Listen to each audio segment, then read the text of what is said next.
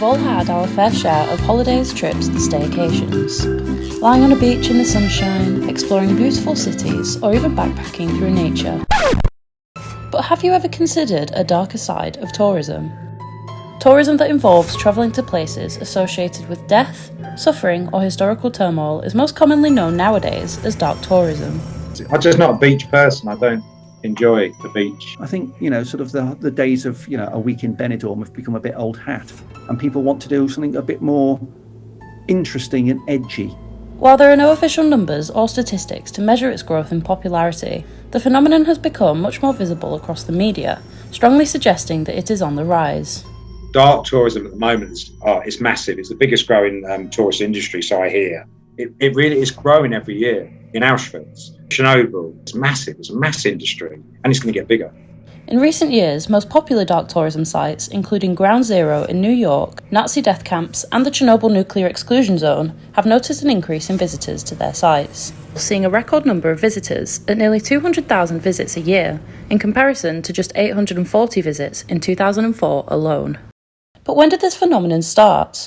And where did it come from? Richard Sharpley is the Associate Director of the Institute for Dark Tourism Research at the University of Central Lancashire.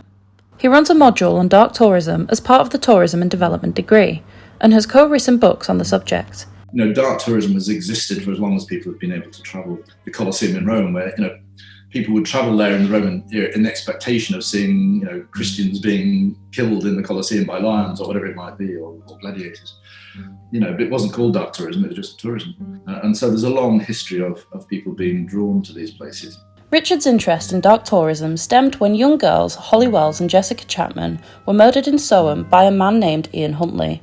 Not only did the British public get very interested in the stories, but they were travelling down to this village to lay flowers, in their thousands, in their tens of thousands. And there was a headline in one of the broadsheets, the Daily Telegraph, at the time which said, "Grief tourists visit Soham." I thought, that's really interesting. Grief tourists, what is that? Richard's fascination also stemmed when German anatomist Gunther von Hagens performed a live autopsy in front of an audience in London in 2002. 4,000 people were queuing to watch it, and apparently 4 million people watched it on Channel 4 because it was televised afterwards. And I thought, this is all really weird. What is it about this? So that's what kind of piqued my interest. The question is, why are we attracted to these sites? It's a good question. I don't really know, but we all are. I think it's inside us. Yeah. It's a morbid curiosity that we all have. It's putting your foot on the brake when you see an accident on the motorway syndrome. But there is some innate need for human beings to stop and gaze.